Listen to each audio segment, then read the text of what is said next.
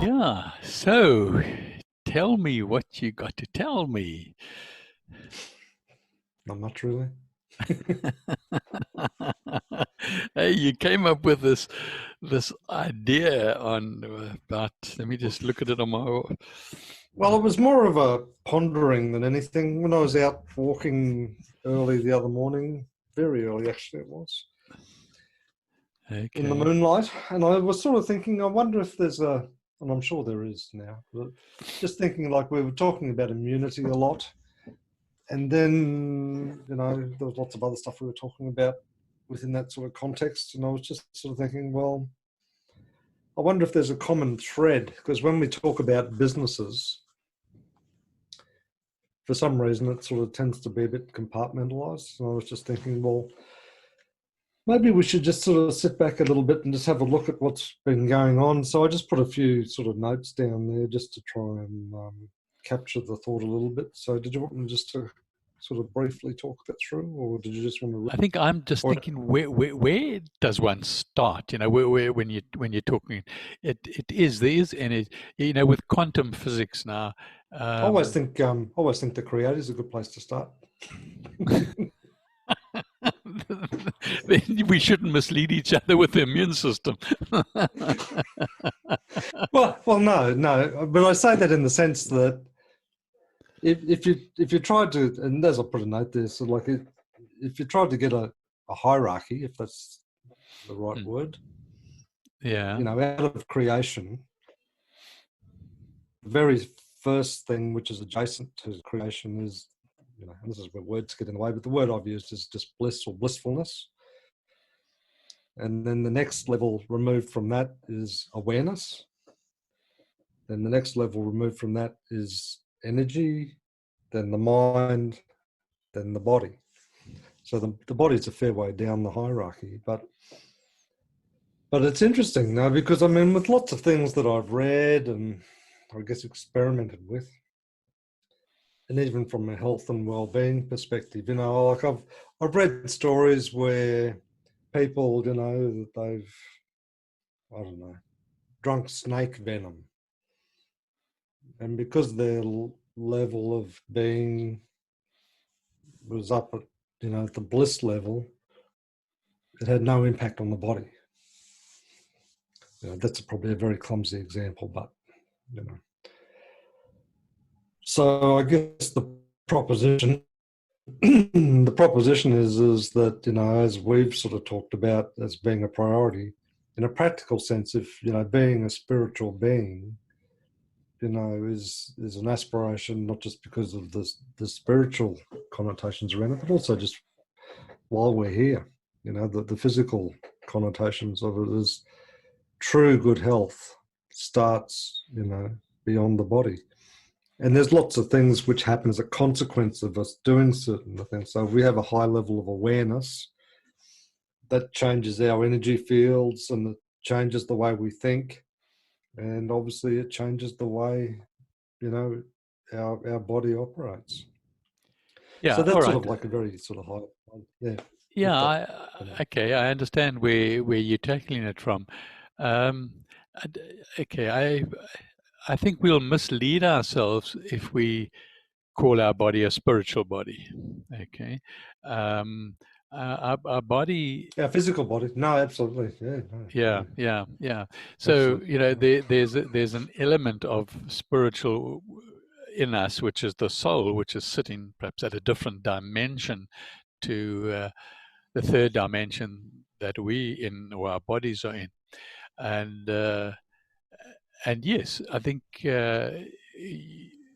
whether you start outside or whether you start at the smallest cell within the body, um, and because it's interesting, because that cell within the body is a universe in itself. Okay. And uh, it, as I said, it has its own energy source in the cell, and it has its own energy storage, and it eats, and it communicates, and it excretes. Okay. Mm. So it can be just a total body, or it could be a total universe, and so it gets bigger and bigger, which also brings me to, whenever I think like this, I think about uh, is is the rest of the universe and universes and cosmos actually inside of us rather than outside of us? Okay, I think, Mm. the physical, we can see, the various planets and the sun and the stars, and we believe we can see other galaxies, but they're all in the physical realm because we can see them. Okay, I guess, and so I guess they're in the third dimension, all of them. Okay, because we can see them, and if we were able to shoot a rocket there, we would get there, and it would be a physical substance like it is here on Earth. Um, Now, if we gain inside ourselves and get into the next dimension, which is inside this dimension, um, then we're dealing with a really difficult discussion, in my books anyway, because um, we're going down in and in. So we're going, let's down into a spiritual level. Then we're going within that a deeper spiritual level, and within that a deeper spiritual level, and ultimately we must be the 66th plane of spirituality, which is the most minutest of all within this holographic body that in the third dimension. Um, so then, where does everything come from? Where does the immune system come from? Um, Suffice to say, in my opinion, Don, is that if you are connected with infinity or with God, and all the attributes that God has through our soul and proper soul connection, then that is the ultimate immunity. You won't catch diseases, um, and you've got to live here because it's preordained that we are incarnated here, but we won't suffer.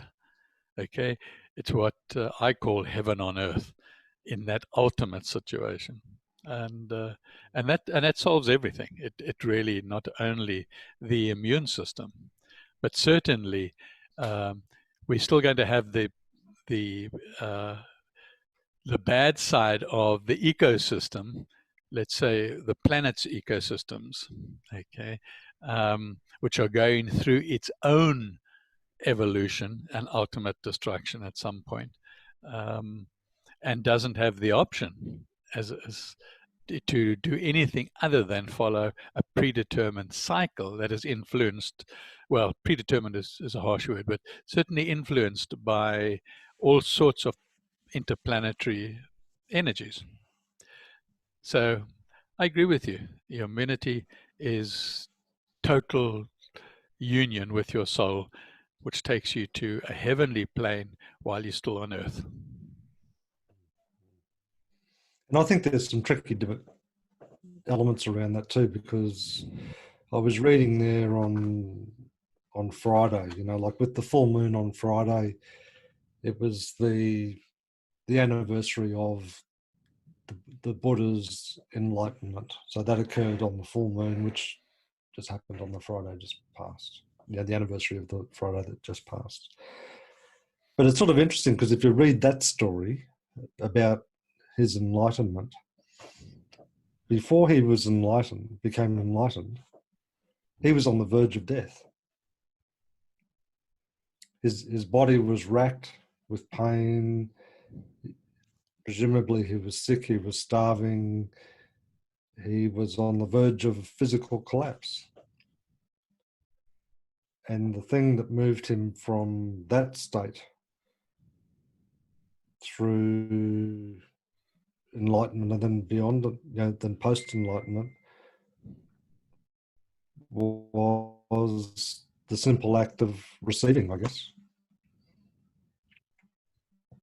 So receiving from, from God. Even though in Buddhism they don't talk about God, but in effect, at that junction, he found himself standing in the middle of a stream, unable to get to the other side, just through, the verge of physical collapse. There was a decision taken, I guess, which enabled him to get to the other side of the stream and sit under that tree and become enlightened. And beyond that, post enlightenment, you look at the story, and for you and I, it is a story because we haven't experienced ourselves firsthand.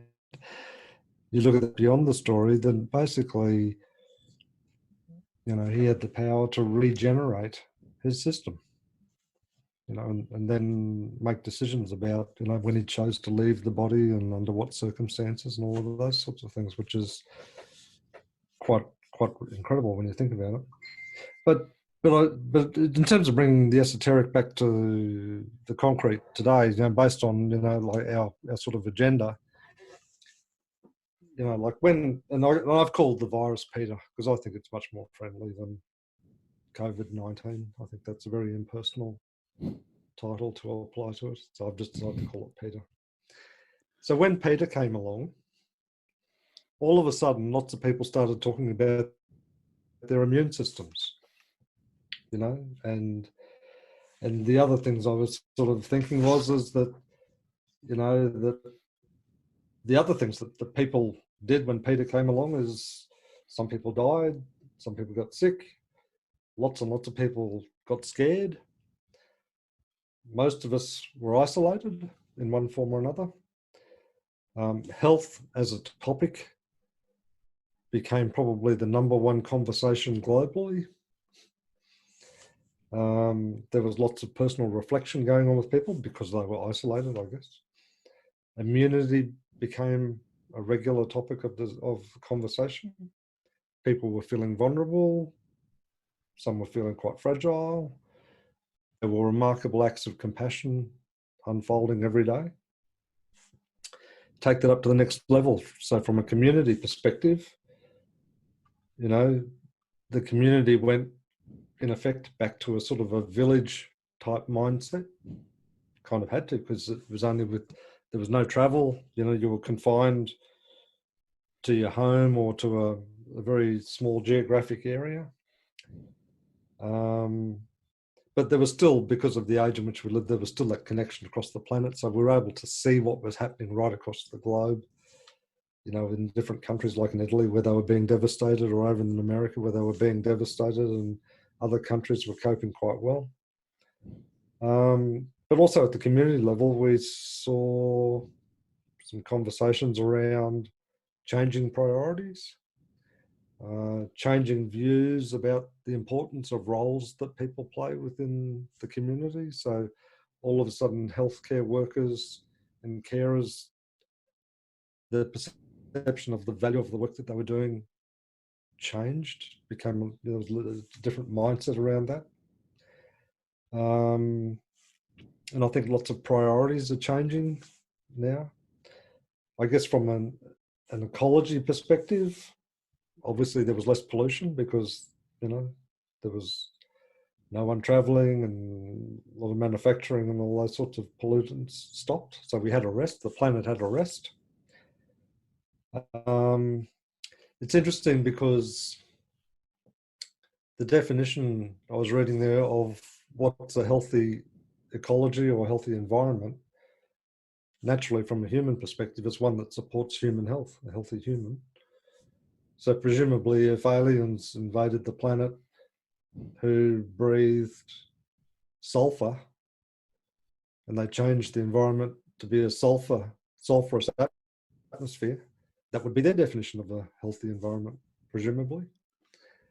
But anyway, I digress. From an economic perspective, we saw heaps and heaps of business closures. We saw people doing work differently, so obviously working from home and doing things differently. We saw seeing structural changes in the economy. We're seeing big changes to the finance systems.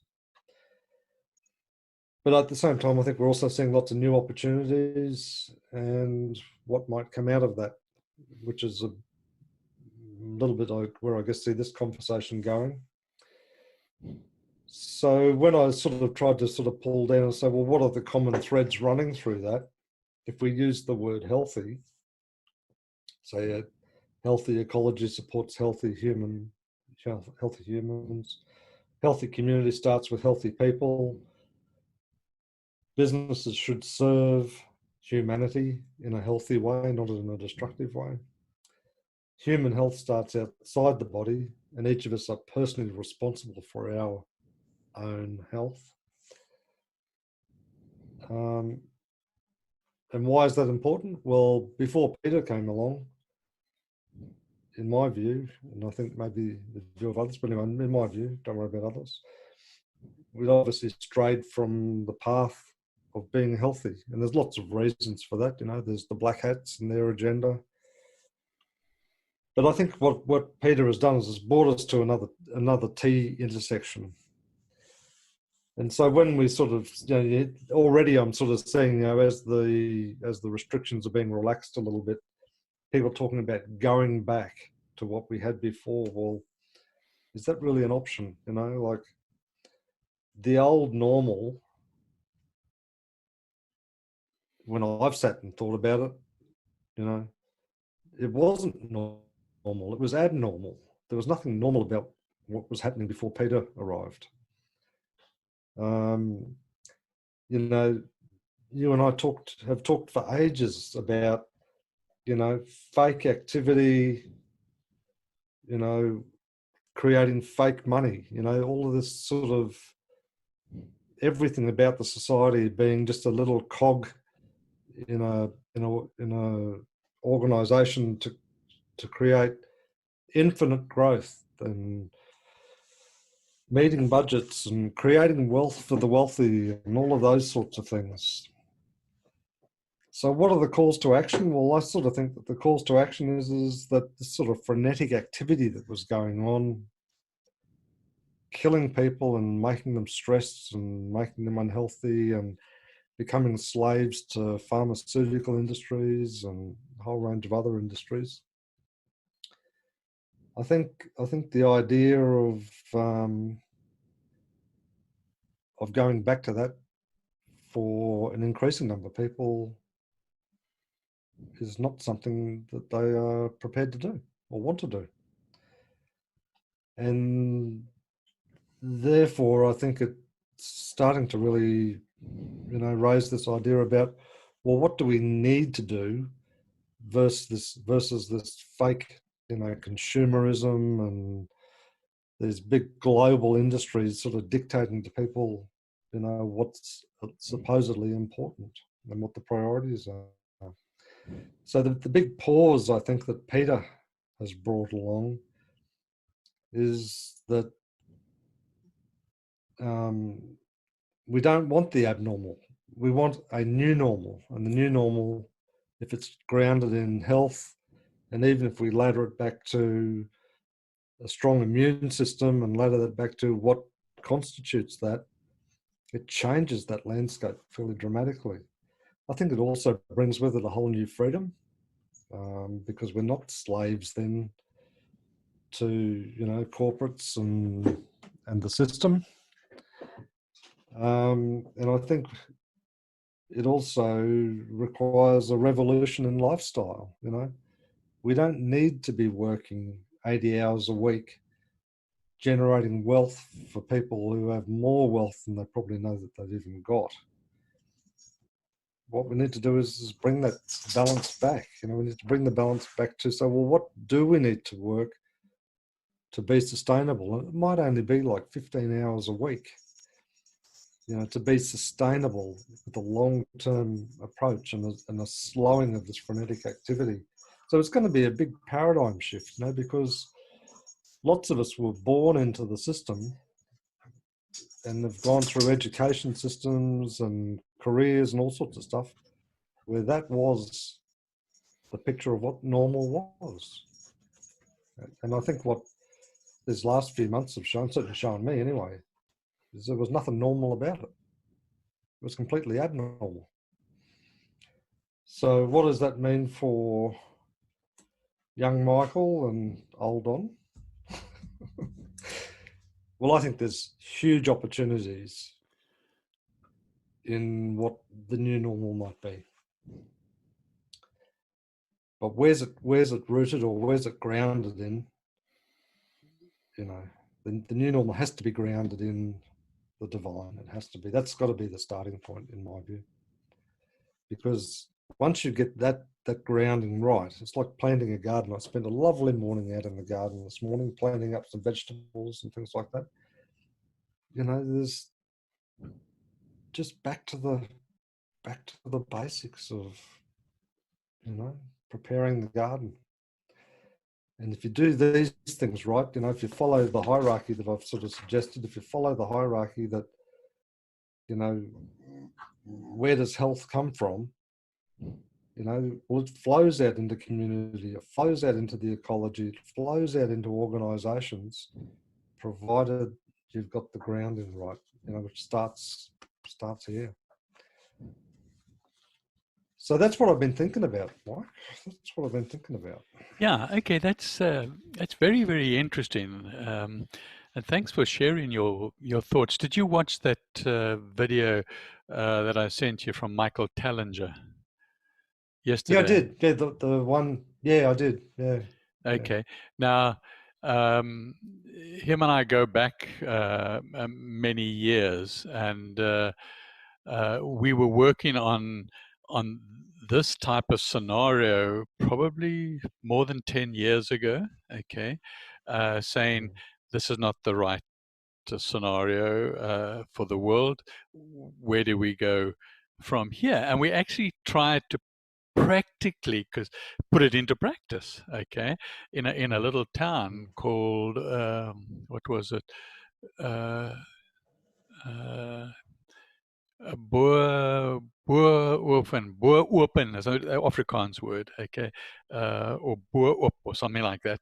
And I actually physically went and lived there for some time. But you know, the interesting thing is you're dealing with um, ordinary people who've got ordinary jobs, and I've got to care for their families and so forth. So, but the concept started then, and then him and I parted ways. I basically, I had a really nasty, not with him, but a nasty experience, and through robbers that came into the restaurant that I was looking after on his behalf, and then I called it a day. And but he has continued, and he's got a website now. And you used the word, small towns, and that's his concept of small towns. But anyway, that's Michael Tallinger, and we can talk about that if we're looking for a solution. But I want to come back to what you said, and we are going to go back to a normal, okay. Normal being what we were in prior to uh, what did you call it? The virus, the Peter virus, okay. And Just Peter. yeah, and so we're going to go back to that, but only to a degree, because one of the things in that video that really got me thinking, I think it was that video, maybe it was a different one, but where all the governments in the world have spent far more money quickly, like urgently, than they were able to afford. Okay. Now, the governments aren't going to be able to pay that back, and where do they pay it back to anyway? Okay. And there rumors that, as you heard in Michael Tellinger's video, that the FDA has been now taken over by Donald Trump. Okay, now let's assume that happened in all the countries, or the major countries. Let's say Britain and Australia and France and Germany and Russia and so on, or the ones that certainly had put a lot of money into it. What would be the outcome? The outcome would be, for the first time in history, um, and really for a good few hundred years since this type of system came in and was controlled by the Rothschilds from a long time ago, it would be out of their control. Now, our planet has been conditioned to worship money. Okay? And if they didn't like that, they could worship through one of the religions that were also manipulated to change the original truth and writings, and get people to pay money to belong to a church and to build churches and so forth, and to pay subscriptions and all that, which has been so ludicrous. So I think the first step, if it hasn't already been taken during this lockdown period, it's going to be taken quite soon, and that is that money will no longer be owned by private individuals, like it's a handful of Rothschilds, their family, and Bill Gates's, and others who make a small grouping that control all the banks in the world. Okay, other than the tiny ones that are insignificant, and they just go with the flow anyway without even knowing it. They own all the main media outlets, newspapers, TV stations, everything. Okay, so it's so easy to control the language and control the people through making them believe that this is the norm. Okay, you want people now to start believing that it's not the norm.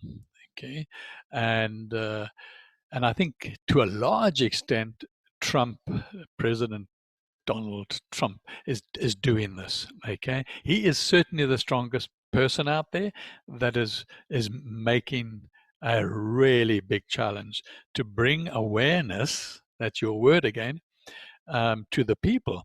That awareness is that private individuals controlling them. So they need to get away from that. And so I think the first step will be an economic one, based on the money system. I think that'll be the first thing that'll happen.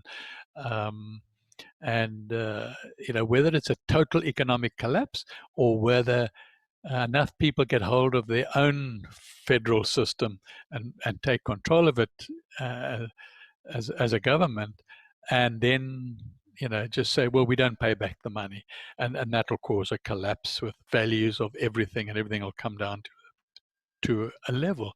So I agree with you. We won't go back to the normal, okay, but we will go back to the same concept. Okay, everything will be devalued, but we'll still use money. Then comes the next step. Michael Tellinger really does have a good concept. You must look at his, and he's now appealing to all the small town mayors in America. And he's a South African, okay, but he travels all the time and widely, to say people need to just work 3 hours a week. Okay. 3 hours a week, while they're doing their other jobs, while they're working for the bank, or they're working for farmers, or they're working for attorneys, or wherever they're working, they need to work 3 hours as a community, in a community project. Okay, and that community project that everybody works for, they will benefit by getting the produce of that. They don't get any money. They're going to work, and they're going to the people who contribute will eat up, if you like, a third of what is put in by voluntary. The other two thirds, have can be offered to the neighbouring town, or to charity or whatever. Um, but that's how it would work. So people would then work their normal hours, which are ridiculous at the moment, but work 3 hours voluntarily. And that is what will change that town. Very soon, people find that they can live, they can do what they want, survive and flourish on working 3 hours a week. So therefore, they'll stop their job, and they'll be taken. Everybody will be taken care of by the community, and the community will be, selling or trading their produce, their excess produce on. So it's a theory. It's a good starting point, and that's the way it could happen. And then, I think people who are working in a community for other people will start becoming aware of spirituality. Okay, becoming aware of, hang on, there are others. I don't believe that the first step, for the planet as a whole, is to go off and try and connect to their soul. Okay, because it's just not going to happen. Okay, and they're going to start worshipping whatever replaces money. Okay, or what money is left, or the value of money is left, and that's going to be their focus. And we don't want that to be their focus. So if their focus is like 3 hours a week, people can do that, as well as knowing they've got the security of the old normal. Anyway, I'm rambling on. Don't know if that makes any sense to you. Not at all. No, I think it does. It makes a lot of sense, and I think that we shouldn't underestimate the size of the task, for the shift that needs to occur, because it's a little bit like someone who's addicted to drugs. They know that the drugs, are they can see it. They can see the physical side effects of the drugs, and they can see the economic side effects of the being addicted to drugs and all of those things. But does that stop them from taking drugs? Usually not. No. Because they've And been even when they've been conditioned. clean for a while, They've been that's right. And conditioned. even when they've been clean for a while, it's always there in the background, saying, "Hey, Well, do you remember? Do you remember? Do you remember?" yeah, but are you thinking, you're talking about drugs as in the bad guys? I'm talking about drugs as in pharmaceuticals for headaches and No, I'm just antibiotics. talking about. No, I'm talking about the cocaines and the ice and all that sort of stuff. Because I Yeah, think in many respects, as you say, we're conditioned and addicted to money. And why do we need this money? Oh, because I need to buy a new car. Well, why do you need to buy a new car? Because it's better than the old crappy thing that I've got that's 3 years old. yeah, absolutely. I mean, a few moments ago, I sat around the table with my two grandchildren. It sounds like their mother coming to fetch them now. Mm, And they said to me, "When are you going to buy a new cell phone?" They said, my mom's going to buy mm, the latest i11 or something. And I said, yeah, "But mine mm, works, mm, there are no mm. issues about it." And so I said, "No, I don't, no intention of buying a new phone. If mine And, breaks, well, and then I probably and will." and I think that sort of begs the question then, in terms of, at the moment, why is there an Apple 11? Is Apple 11 serving humanity better than Apple 10 did? And I suspect the answer to that's no. Yes, it's got more features and whatever, but is it serving humanity better? Yeah, And, yeah, and that should be the basis of the change. That yeah. should be the basis of the technology upgrade. That should be the basis of everything. Really, is it serving us better? Okay, so but let's now look at that, because you and I have spoken about that, Mm, uh, and the but now, the one thing we haven't spoken about today is that the Earth's going to be totally buggered up by climate change. Okay, mm, mm, and so all those fancy phones and fancy motor cars are just not going to be around. Okay, people are back to survival mode, and and those that are surviving in various countries, it's going to be that bad. Okay, but there'll be a lot of survivors. Okay, and that will, people will look again and say, hey, we've got to get food, and we've got to get basics, and we've got to look after each other, and we've got to look after the elderly, and we've got to, and there'll be lots of stuff that's going to happen in the equivalent of small towns. Okay. And for me, that's what this pause is almost just been like a trailer of a coming attraction, because that's what sort of has happened to humanity in the last few months is something that we're going to see more of. There's no doubt about that. Yeah. So that's where we should be directing our creative efforts, is to Yeah, you see, the big unknown is just how much damage is the climate change going to do? Okay, how much damage is the economic collapse going to do? And usually, when there's chaos, there's usually a military might that tries to take advantage of that.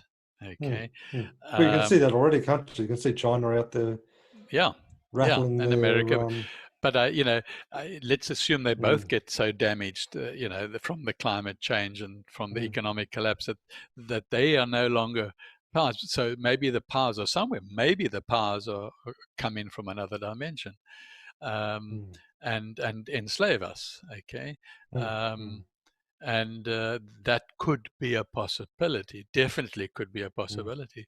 further enslave us, because I think we already are Further enslave us, because yes, I agree, because they've enslaved us through money.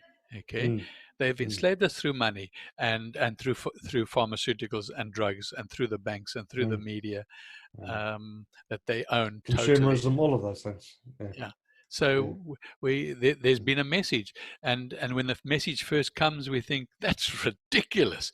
But when we hear it 1,000 times, that's the truth. Okay, what they're saying is the truth.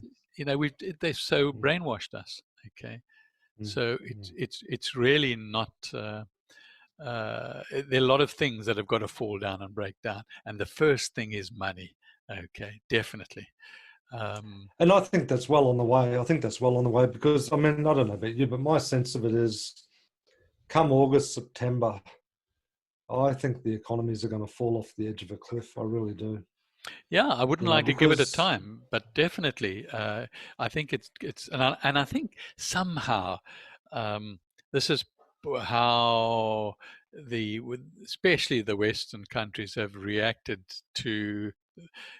They've overreacted to the virus, and so they've it's given them an excuse to just put unthought of amounts of money aside to people and all the workers, the companies, and everybody out there.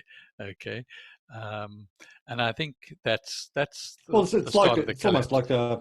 It's almost like a last ditch effort to feed the system, isn't it?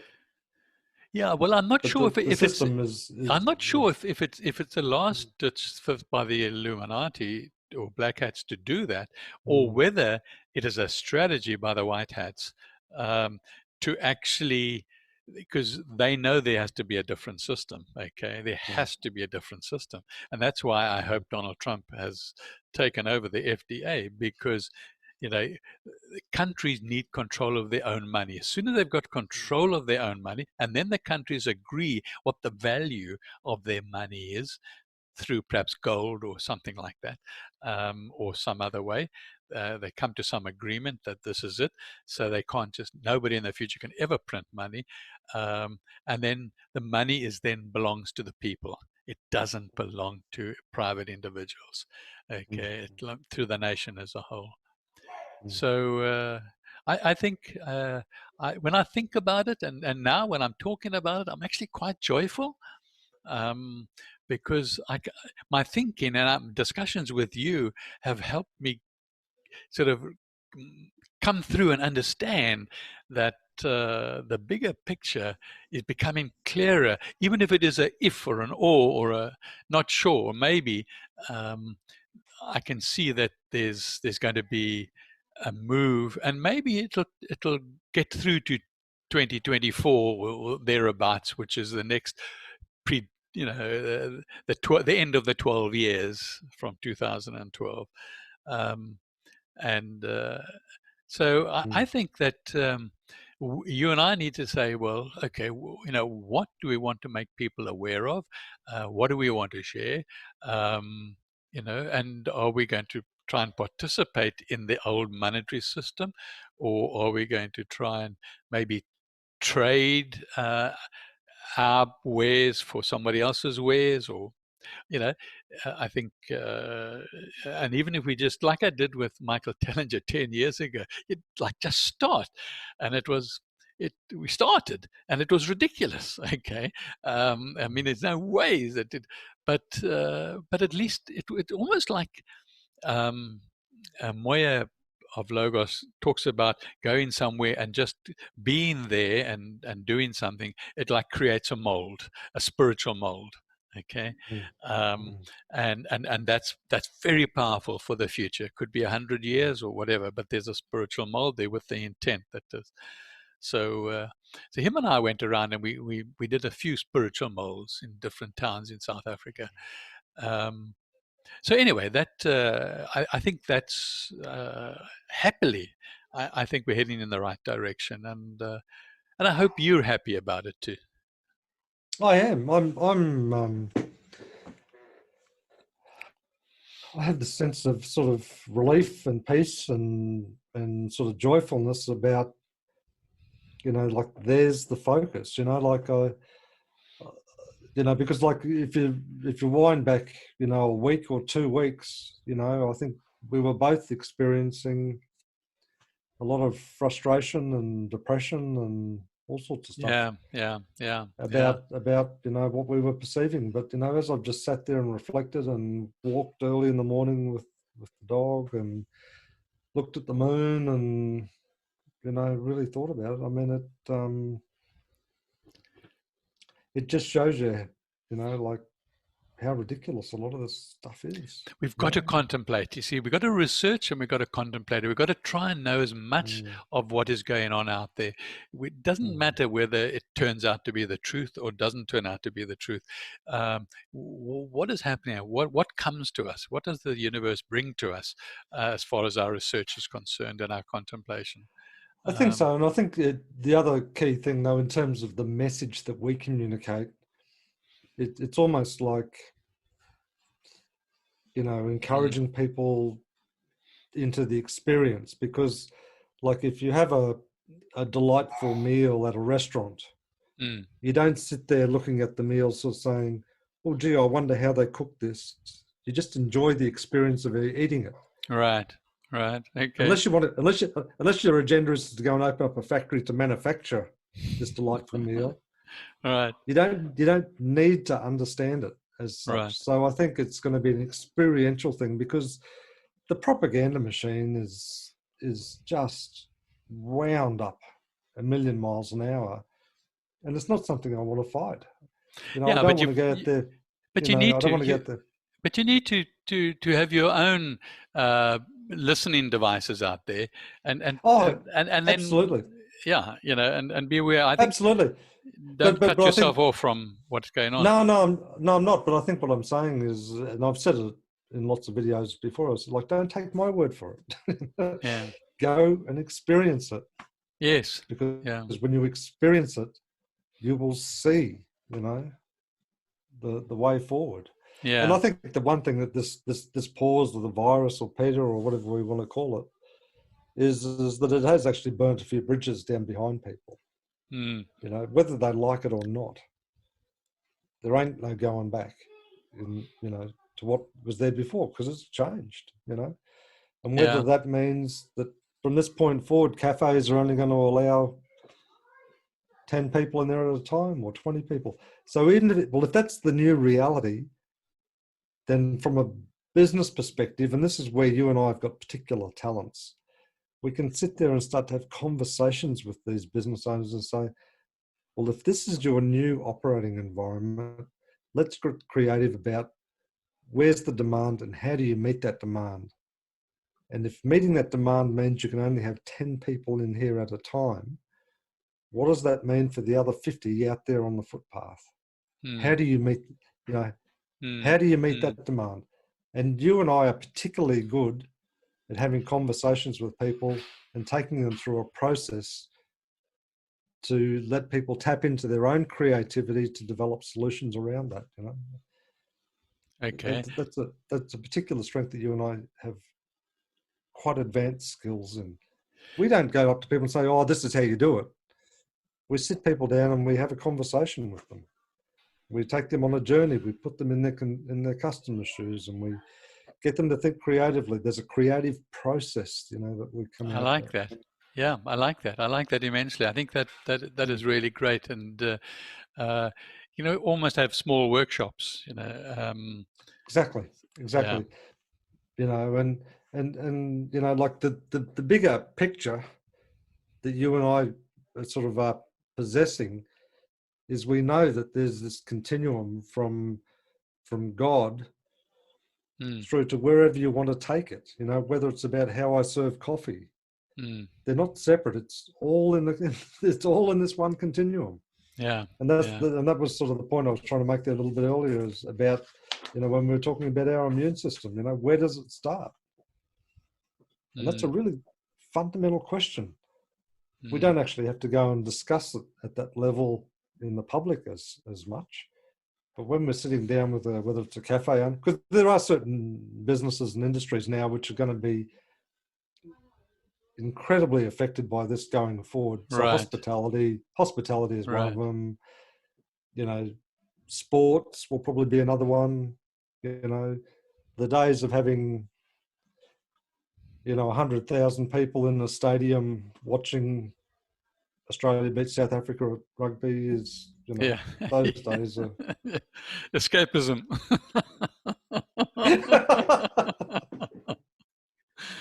uh, But you know what I mean? So, but that doesn't mean that there's still not a demand for it. It's just people just got to be creative about how they meet that demand now. And that's a space where you and I have a very important role to play, I think. yeah. I very happy to work with you on that, and um, yeah. Um, Because it's really important for you and I to have the bigger picture, because the bigger picture is always going to be the reference point yeah. as to when we're having conversations with people, whether it's a strategic conversation or whether it's an operational conversation or whether it's you know, Yeah. philosophizing or whatever it's going to be, is Right. when the big picture's in place. And you and I have done a lot of work around that big picture, both individually and through our conversations.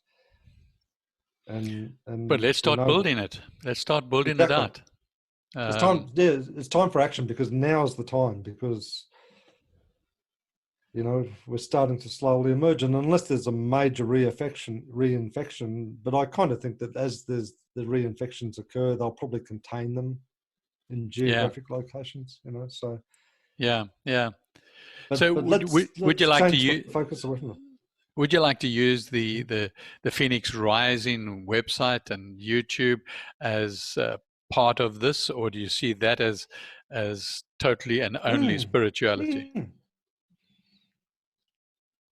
Can't think of a better business framework to do it. I mean, Phoenix Rising, it has all of the right Perfect. Yeah. context around it, Mm, as Peter walks out the door. yeah. Okay. Let's start it then. Mm, mm, Let's start mm. it. Okay. So Uh, did we tick all those boxes on your agenda that you sent through to me then? no, that wasn't important. Okay.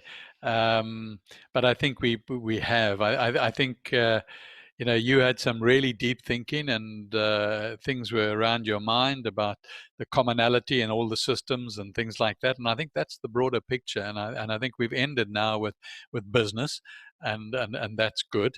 I think we need to play that part, because if we influence people in business, it means that our energy can influence them spiritually as well, hopefully. Okay, as long as we keep ourself on our soul and not in our money.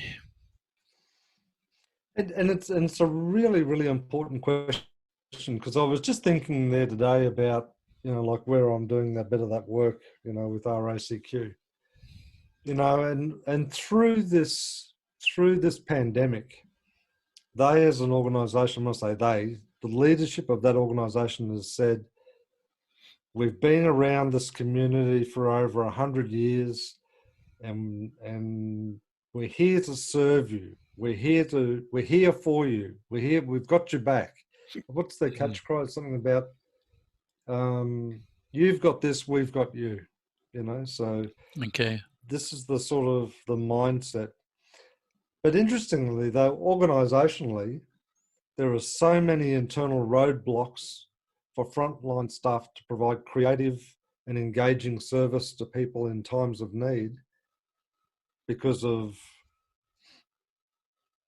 micro compliance systems and dysfunctional feedback systems and performance management systems, all that sort of stuff. So even with the best intent and clarity at the strategic level, again, I think you and I have the experience and the insight and the vision to be able to walk up to some of these organizations and say, I know that this is the way that HR systems used to be in the 1940s after World War II, but we've just had another world war. Don't know whether you've noticed or not, but we're just in the process of the end of another world war, only a pretty short and very intense one. And those systems don't work anymore because the world has changed, just like it did in 1945. Yeah, and is changing, and we've got to be, or those business people have to be in a position to be able to take on that changing environment, to whatever does finally manifest.